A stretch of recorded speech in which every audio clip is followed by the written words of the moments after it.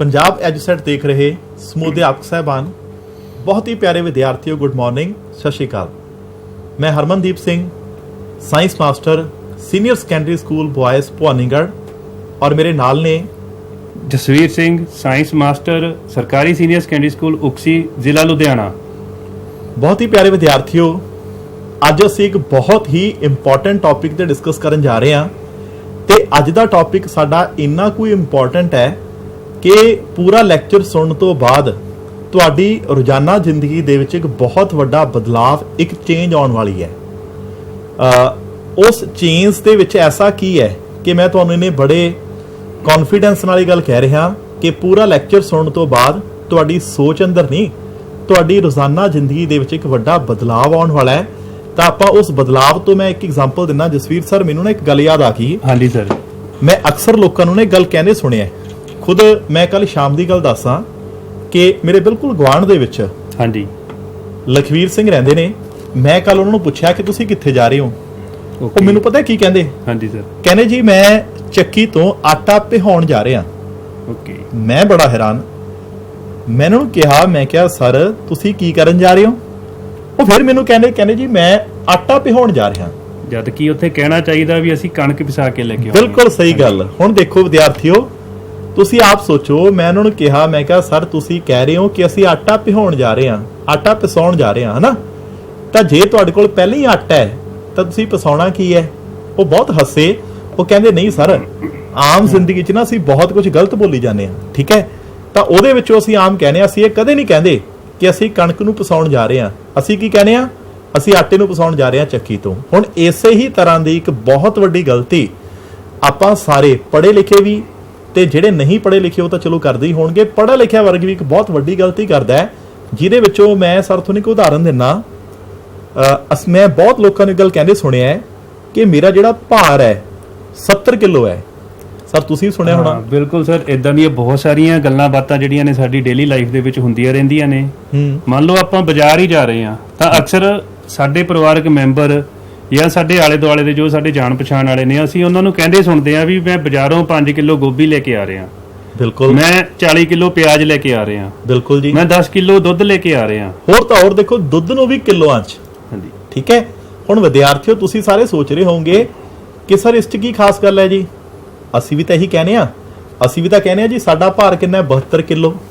ਅਸੀਂ ਵੀ ਤਾਂ ਕਹਿੰਦੇ ਆ ਜੀ ਅਸੀਂ ਪਿਆਜ਼ ਲਿਆਂਦੇ 15 ਕਿਲੋ। ਸਰ ਇਸ 'ਚ ਗਲਤ ਕੀ ਹੈ? ਬਸ ਬੇਟਾ ਇਹੀ ਉਹ ਗੱਲ ਹੈ ਜਿਹੜੀ ਅੱਜ ਆਪਾਂ ਸਮਝਾਂਗੇ। ਦੇਖੋ ਸਾਇੰਸ ਦੇ ਵਿੱਚ ਨਾ ਇੱਕ ਬਹੁਤ ਦੋ ਜ਼ਰੂਰੀ ਅੱਖਰ ਨੇ, ਵਰਡ ਨੇ।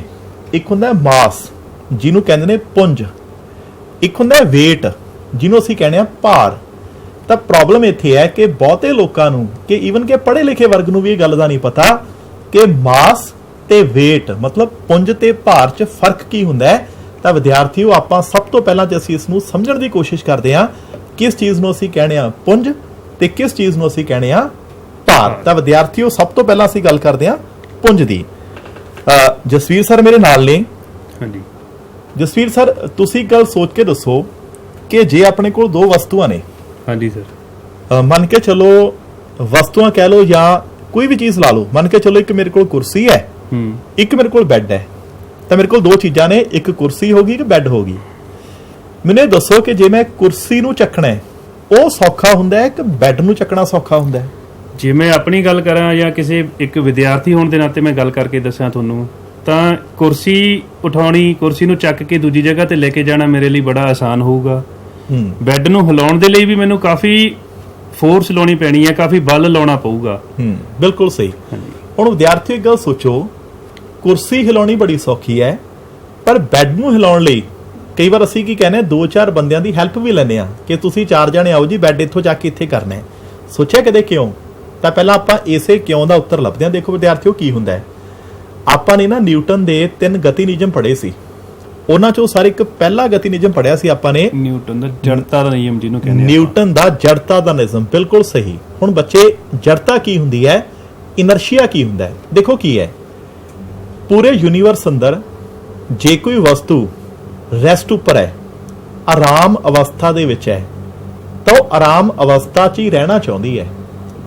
ਜੇ ਅਸੀਂ ਉਹਨੂੰ ਚੱਕ ਕੇ ਗਤੀ 'ਚ ਲਿਆਉਣ ਦੀ ਕੋਸ਼ਿਸ਼ ਕਰੀਏ ਤਾਂ ਉਹ ਸਾਡਾ ਵਿਰੋਧ ਕਰਦੀ ਹੈ।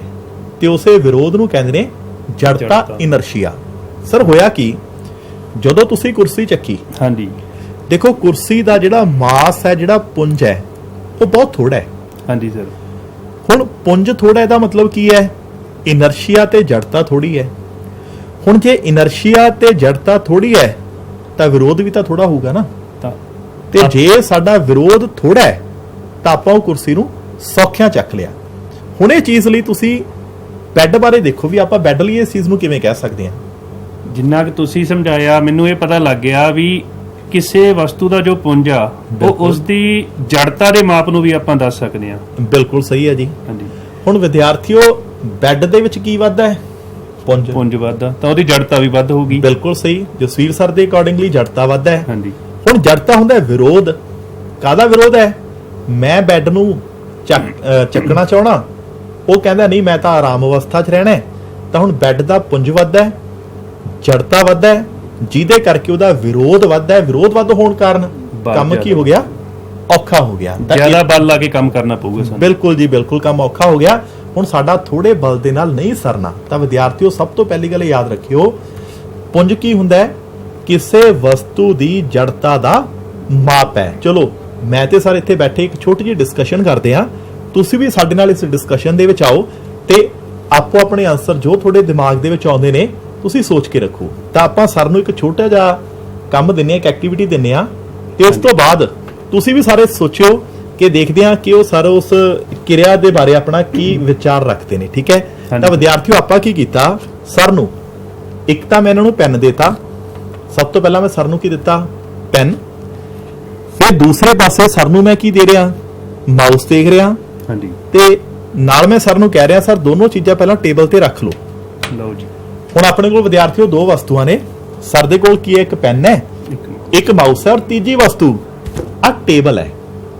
ਸਰ ਪਹਿਲਾ ਕੰਮ, ਤੁਸੀਂ ਪੈਨ ਨੂੰ ਚੱਕੋ ਜੀ। ਲਓ ਸਰ, ਪੈਨ ਉਠਾ ਲਿਆ ਜੀ। ਪੈਨ ਉਠਾ ਲਿਆ। ਸਰ ਕਿੰਨੇ ਕੁ ਤੁਹਾਨੂੰ ਕੋਸ਼ਿਸ਼ ਕਰਨੀ ਪਈ? ਮੈਨੂੰ ਬਹੁਤ ਥੋੜੀ ਕੋਸ਼ਿਸ਼, ਬਹੁਤ ਥੋੜੇ ਬਲ ਦੇ ਰਾਹੀਂ ਇਹ ਮੈਂ ਪੈਨ ਉਠਾਉਣ ਦੇ ਵਿੱਚ ਕਾਮਯਾਬ ਹੋ ਗਿਆ। ਬਿਲਕੁਲ। ਹੁਣ ਇਸ ਦਾ ਮਤਲਬ ਕੀ ਨਿਕਲਿਆ ਵਿਦਿਆਰਥੀਓ? ਕਿ ਪੈਨ ਦਾ ਪੁੰਜ ਘੱਟ ਹੈ, ਜੜਤਾ ਘੱਟ ਹੈ। ਇਹਦਾ ਮਤਲਬ ਜਿੱਥੇ ਜੜਤਾ ਘੱਟ ਹੁੰਦੀ ਹੈ, ਵਿਰੋਧ ਘੱਟ ਹੁੰਦਾ ਹੈ। ਜਿਹੜੀ ਵਸਤੂ ਨੂੰ ਜਦੋਂ ਅਸੀਂ ਆਰਾਮ ਅਵਸਥਾ ਤੋਂ ਗਤੀ ਅਵਸਥਾ 'ਚ ਲੈ ਕੇ ਜਾਂਦੇ ਆ, ਜਿੰਨਾ ਘੱਟ ਵਿਰੋਧ ਓਨੀ ਘੱਟ ਜੜਤਾ, ਓਨਾ ਘੱਟ ਪੁੰਜ। ਸਰ ਹੁਣ ਤੁਸੀਂ ਮਾਊਸ ਨੂੰ ਵੀ ਪੈਨ ਦੀ ਤਰ੍ਹਾਂ ਹੀ ਚੱਕੋ। ਇਸ ਨੂੰ ਪੈਨ ਉਠਾ ਤਾਂ ਮੈਂ ਆਸਾਨੀ ਨਾਲ ਲਿਆ ਜੀ, ਪਰ ਪੈਨ ਦੇ ਮੁਕਾਬਲੇ ਥੋੜਾ ਜਿਹਾ ਬਲ ਜ਼ਿਆਦਾ ਲਾਉਣਾ ਪਿਆ ਮੈਨੂੰ। ਬਿਲਕੁਲ। ਹੁਣ ਦੇਖੋ ਸਰ ਕੀ ਕਹਿ ਰਹੇ ਨੇ, ਕਹਿੰਦੇ ਸਰ ਜਦੋਂ ਮੈਂ ਪੈਨ ਚੱਕਿਆ ਤਾਂ ਮੈਨੂੰ ਬਲ ਥੋੜਾ ਲਾਉਣਾ ਪਿਆ। ਅੱਛਾ, ਮਾਊਸ ਨੂੰ ਚੱਕਣ ਲਈ ਸਰ ਨੂੰ ਬਲ ਵੱਧ ਲਾਉਣਾ ਪਿਆ। ਹੁਣ ਇਸ ਦਾ ਕੀ ਮਤਲਬ ਹੈ? ਆਜੋ ਇਸ ਦਾ ਮਤਲਬ ਸਮਝਦੇ ਹਾਂ। ਦੇਖੋ, ਸਰ ਨੂੰ ਵੱਧ ਕੋਸ਼ਿਸ਼ ਕਰਨੀ ਪਈ। ਕਿਉਂ? ਕਿਉਂਕਿ ਇਹਦਾ ਵਿਰੋਧ ਵੱਧ ਸੀ। ਵਿਰੋਧ ਕਿਸ ਚੀਜ਼ ਦਾ ਸੀ? ਮੈਂ ਆਰਾਮ ਅਵਸਥਾ ਤੋਂ ਗਤੀ 'ਚ ਨਹੀਂ ਜਾਣਾ। ਮਤਲਬ ਸਰ ਕੀ ਜ਼ਿਆਦਾ ਸੀ? ਜੜਤਾ, ਜ਼ਿਆਦਾ, ਇਨਰਸ਼ੀਆ।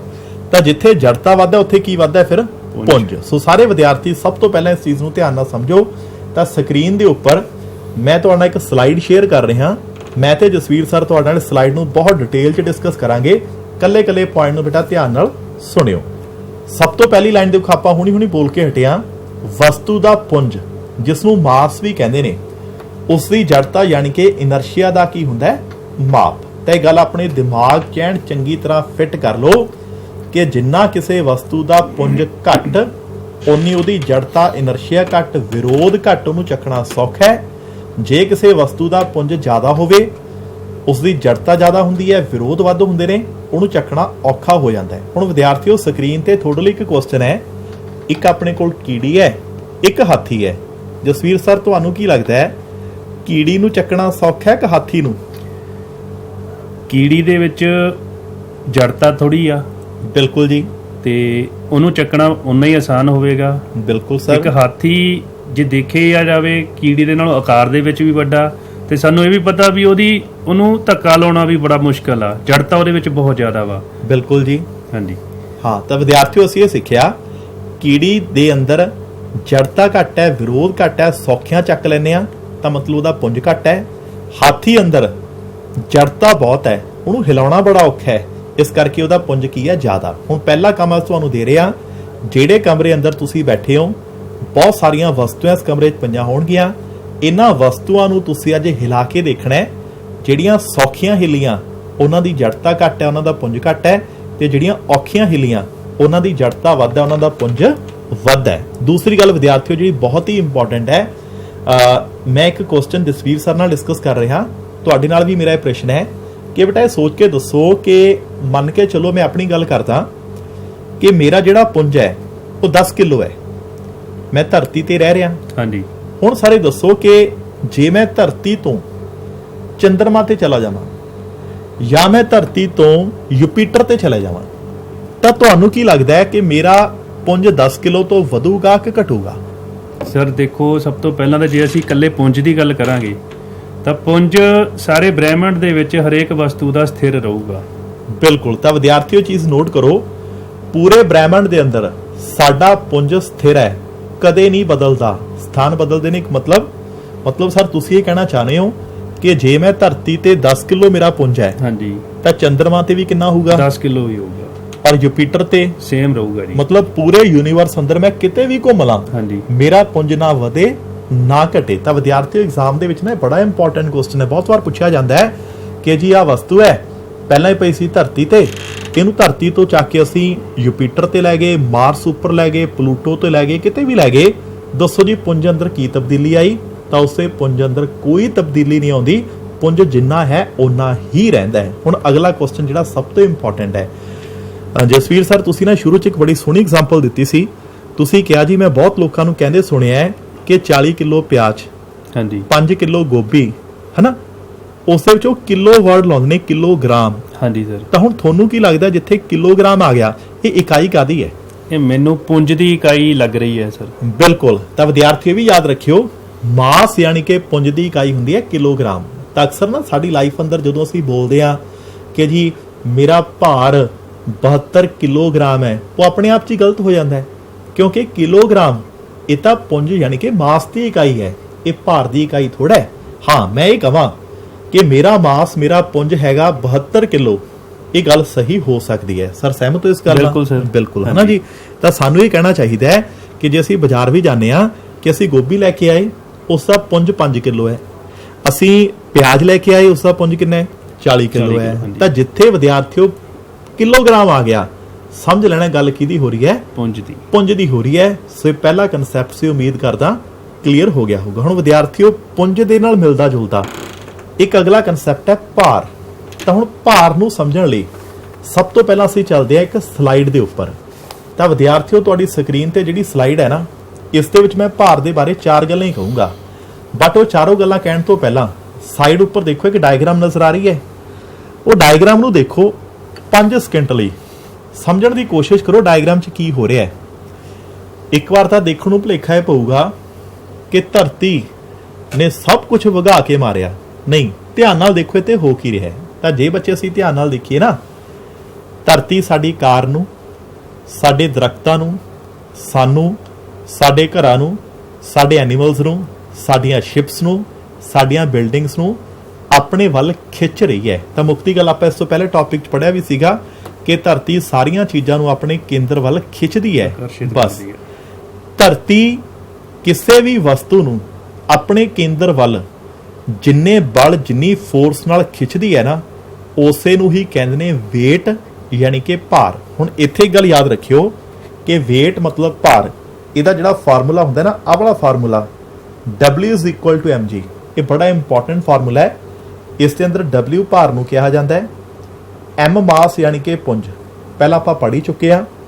ਆਹ ਜਿਹੜਾ ਛੋਟਾ ਜਿਹਾ ਜੀ ਹੈ, ਥੋੜੀ ਜਿਹੀ ਗੱਲ ਇਹਦੀ ਇਸ ਤੋਂ ਪਹਿਲੇ ਟੌਪਿਕ ਅੰਦਰ ਹੋਈ ਸੀ, ਬਾਕੀ ਰਹਿੰਦੀ ਗੱਲ ਆਪਾਂ ਜਿਸ ਟੌਪਿਕ ਦੇ ਵਿੱਚ ਵੀ ਕਰਾਂਗੇ। ਸੋ ਕਲੀਅਰ ਵਿਦਿਆਰਥੀਓ। ਦੂਜੀ ਗੱਲ ਮੈਂ ਹੁਣੀ ਗੱਲ ਕਹੀ ਹੈ, ਧਰਤੀ ਸਾਰੀਆਂ ਵਸਤੂਆਂ ਨੂੰ ਆਪਣੇ ਕੇਂਦਰ ਵੱਲ ਖਿੱਚਦੀ ਹੈ। ਤਾਂ ਇਹ ਗੱਲ ਯਾਦ ਰੱਖਿਓ, ਭਾਰ ਇੱਕ ਬਲ ਹੈ ਜੋ ਹਮੇਸ਼ਾ ਧਰਤੀ ਦੇ ਕੇਂਦਰ ਵੱਲ ਲੱਗਦਾ ਹੈ। ਇਹ ਗੱਲ ਯਾਦ ਰੱਖਣੀ ਹੈ ਹਮੇਸ਼ਾ ਕਿ ਭਾਰ ਇੱਕ ਫੋਰਸ, ਇੱਕ ਬਲ ਦਾ ਨਾਮ ਹੈ।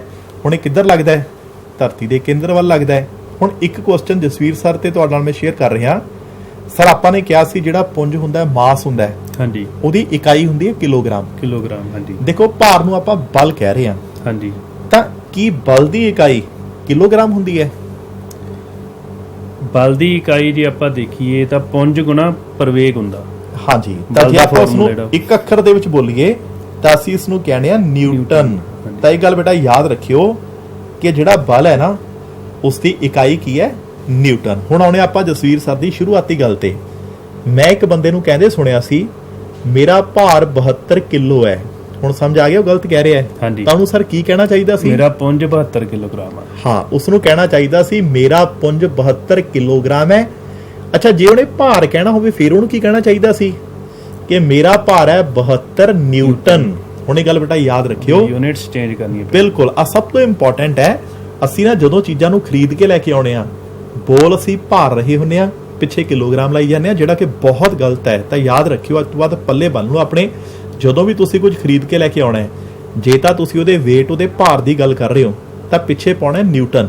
ਮੈਨੂੰ ਇਹ ਕਹਿਣਾ ਚਾਹੀਦਾ ਹੈ ਕਿ ਮੇਰੀ ਬਾਡੀ ਦਾ ਜਿਹੜਾ weight ਹੈ, ਭਾਰ ਹੈ, ਉਹ 72 ਨਿਊਟਨ ਹੈ। ਬਿਲਕੁਲ ਸਹੀ ਹੈ, ਬਟ ਮੈਨੂੰ ਇਹ ਕਹਿ ਦੇਣਾ ਕਿ ਮੇਰੀ ਬਾਡੀ ਦਾ ਭਾਰ 72 ਕਿਲੋਗ੍ਰਾਮ ਹੈ, ਉਹ ਬਿਲਕੁਲ ਗਲਤ ਹੋ ਜਾਣਾ ਹੈ। ਤਾਂ ਹੁਣ ਅੱਜ ਤੋਂ ਬਾਅਦ ਇਹ ਗੱਲ ਸਾਰੇ ਵਿਦਿਆਰਥੀ ਪੱਲੇ ਬੰਨ ਲਓ ਕਿ ਜੇ ਤਾਂ ਅਸੀਂ ਗੱਲ ਕਰਾਂਗੇ ਭਾਰ ਮਤਲਬ weight ਦੀ ਤਾਂ ਅਸੀਂ ਕੀ ਬੋਲਾਂਗੇ? ਨਿਊਟਨ। ਤੇ ਜੇ ਅਸੀਂ ਗੱਲ ਕਰਾਂਗੇ ਪੁੰਜ ਦੀ ਤਾਂ ਅਸੀਂ ਬੋਲਾਂਗੇ ਕਿਲੋਗ੍ਰਾਮ। ਔਰ ਇਹ ਚੀਜ਼ ਤੁਹਾਡੀ ਜ਼ਿੰਦਗੀ ਬਦਲਣ ਵਾਲੀ ਹੈ। ਹੁਣੀ ਤੋਂ ਬੱਚੇ ਆਦਤ ਪਾ ਲਓ। ਹੁਣ ਤੋਂ ਬਾਅਦ ਜੇ ਕੋਈ ਬੰਦਾ ਗਲਤ ਬੋਲੂਗਾ ਤਾਂ ਉਹਨੂੰ ਕਰੈਕਟ ਕਰਨਾ ਇੱਕ ਸਾਇੰਸ ਸਟੂਡੈਂਟ ਹੋਣ ਦੇ ਨਾਤੇ ਤੁਹਾਡਾ ਤੇ ਸਾਡਾ ਸਭ ਦਾ ਫਰਜ਼ ਹੈ।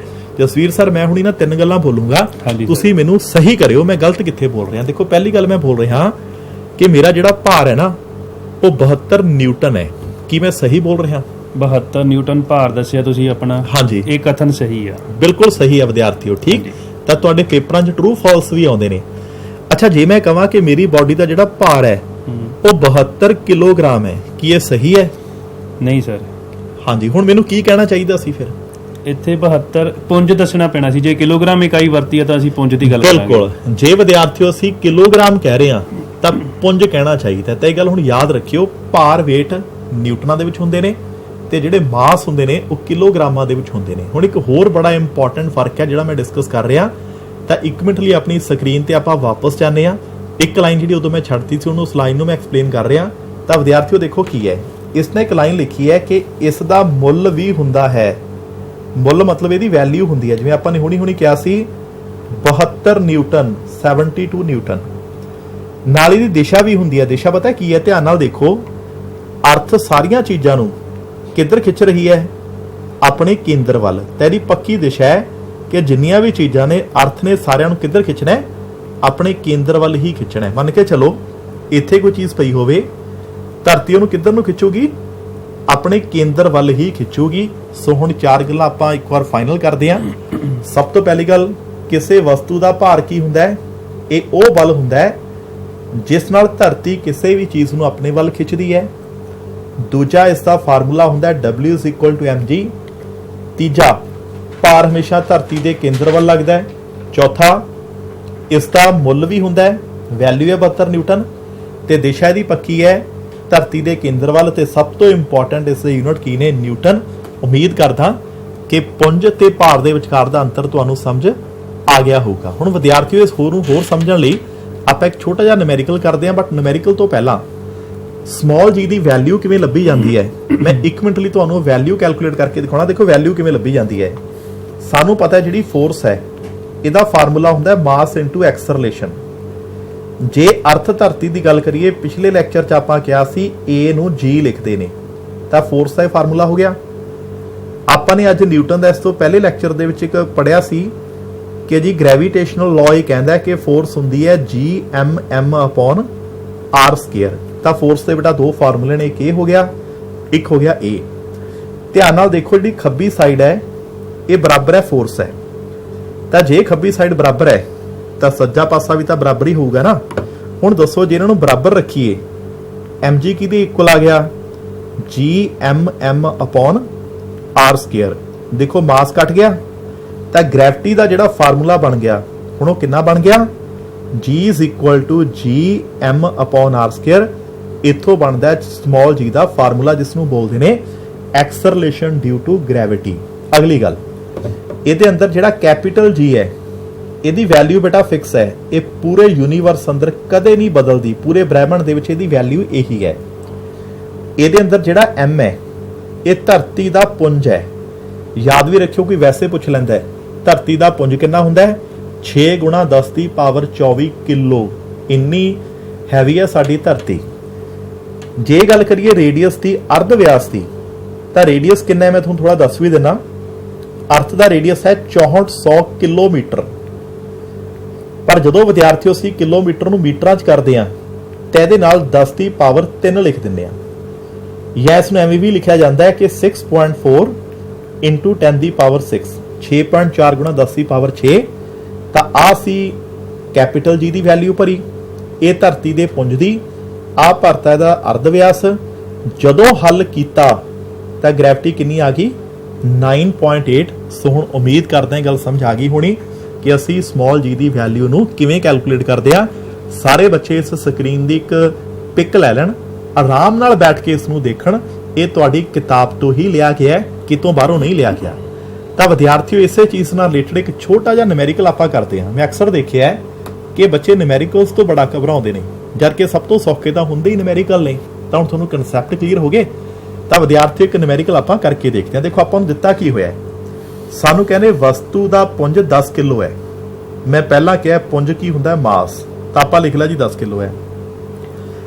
ਕਹਿੰਦੇ ਦੱਸੋ ਧਰਤੀ ਤੇ ਇਸ ਦਾ ਭਾਰ ਕਿੰਨਾ ਹੋਵੇਗਾ।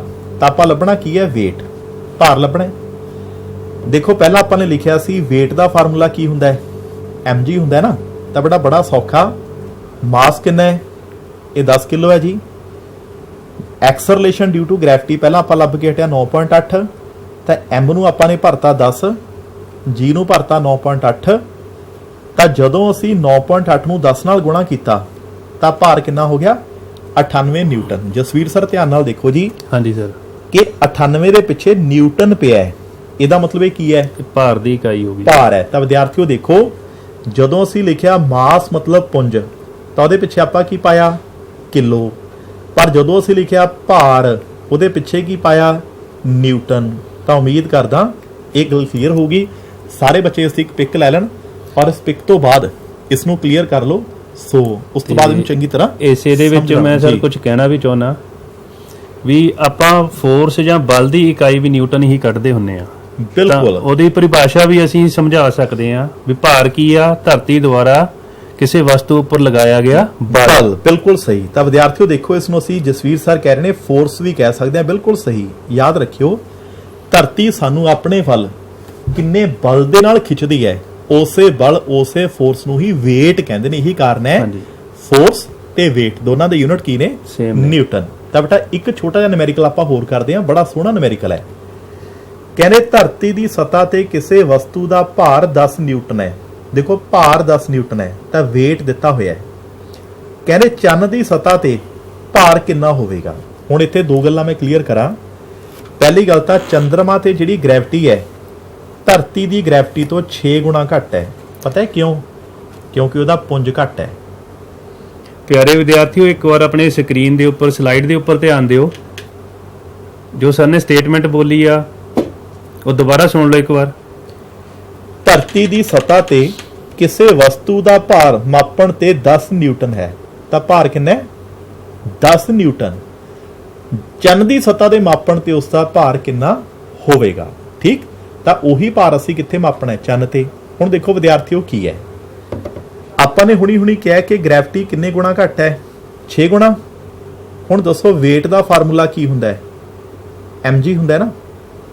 ਤਾਂ ਸੋਚੋ ਜੇ ਗ੍ਰੈਵਿਟੀ ਦੇ ਨੀਚੇ ਬਟਾ 6 ਕਰ ਦਈਏ ਤਾਂ ਭਾਰ ਕਿੰਨੇ ਗੁਣਾ ਘਟ ਜਾਊਗਾ 6 ਗੁਣਾ ਘਟ ਜਾਊਗਾ ਨਾ। ਬਸ ਉਹੀ ਚੀਜ਼ ਇੱਥੇ ਹੋਈ ਹੈ। ਦੇਖੋ ਮੂਨ ਤੇ ਚੰਦਰਮਾ ਤੇ ਭਾਰ ਧਰਤੀ ਦੇ ਭਾਰ ਤੋਂ ਕਿੰਨਾ ਘਟ ਗਿਆ 6 ਗੁਣਾ ਘਟ ਗਿਆ।